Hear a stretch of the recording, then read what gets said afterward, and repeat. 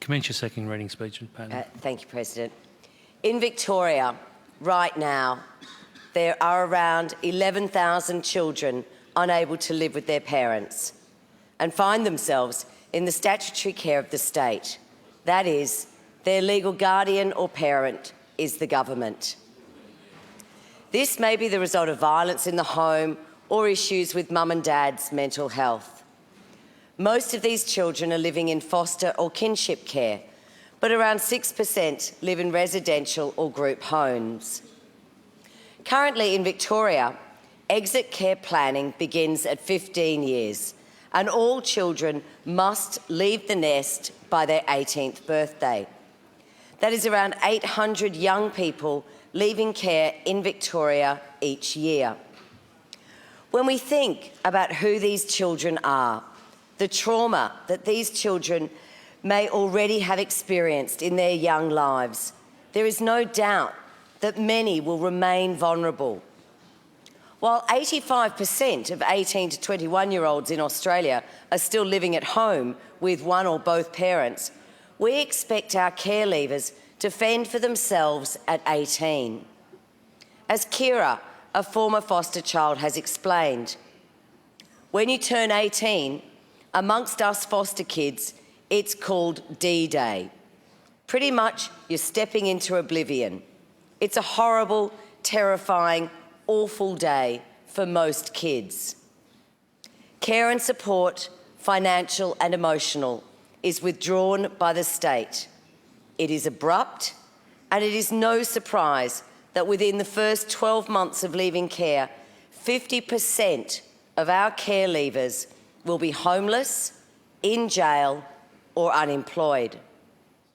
For these reasons, countries like the USA, England, Scotland, Northern Ireland, Wales, Canada, New Zealand, Sweden, Germany and Portugal have extended care to 18, 19 and 20-year-olds with incredible results. To use the USA as an example, increasing the leaving care age halved homelessness, doubled education participation, doubled the odds of employment, saw a 54% reduction in arrests, a 38% reduction in youth pregnancies, and saved around $320 million in the process.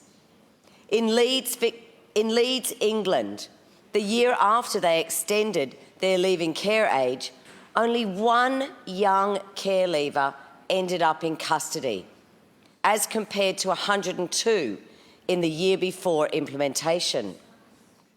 Deloitte Access Economics has estimated that continuing care in Australia to 18, 19 and 20-year-olds would also halve homelessness, reduce hospitalisation by 1/3, reduce mental illness by over 40%, increase engagement in education, significantly decrease arrests and massively decrease alcohol and drug dependence in this cohort.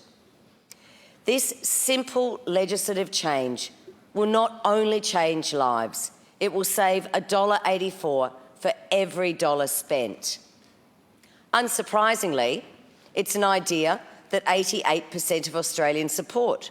It's an idea that the Victorian government supports. But to this point, only in part.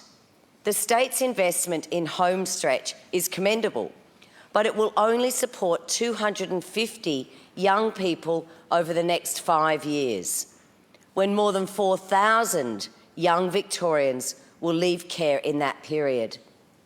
As 12 young people eloquently wrote in an open letter to the Premier late last year, the future can look pretty bleak when you leave care.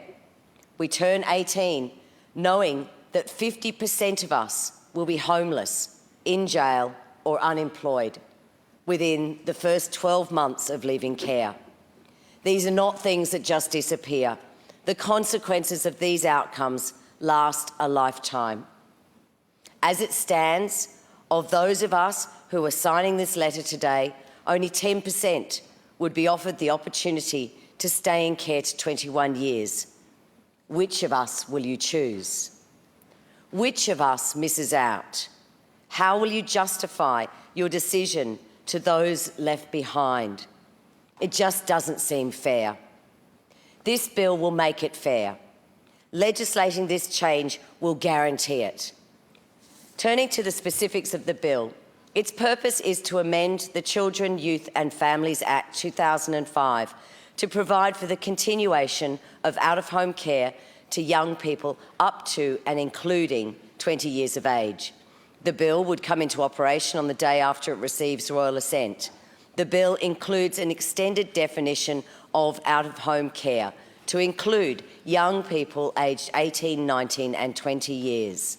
It extends the responsibilities of the Secretary to provide out-of-home care to young people continuing in out-of-home care. The bill inserts new Division 4 into Part 4.3 of the Act. New Section 180A sets out the object of that division. New Section 180B provides that continuing care will be available to young people who the Secretary has had parental responsibility and who elect to remain in out-of-home care.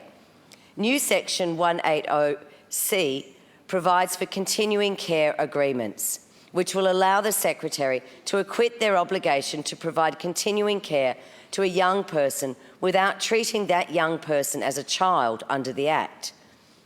And I'd like to acknowledge the strong advocacy by Homestretch for this reform, in particular Paul McDonald and before him Deb Sabaris, for their leadership. Most importantly, I would like to congratulate the young care leavers who have been strong enough to share their personal stories. I ask for your support for this reform that will give some of our most vulnerable young Victorians a better chance. I commend the bill to the House.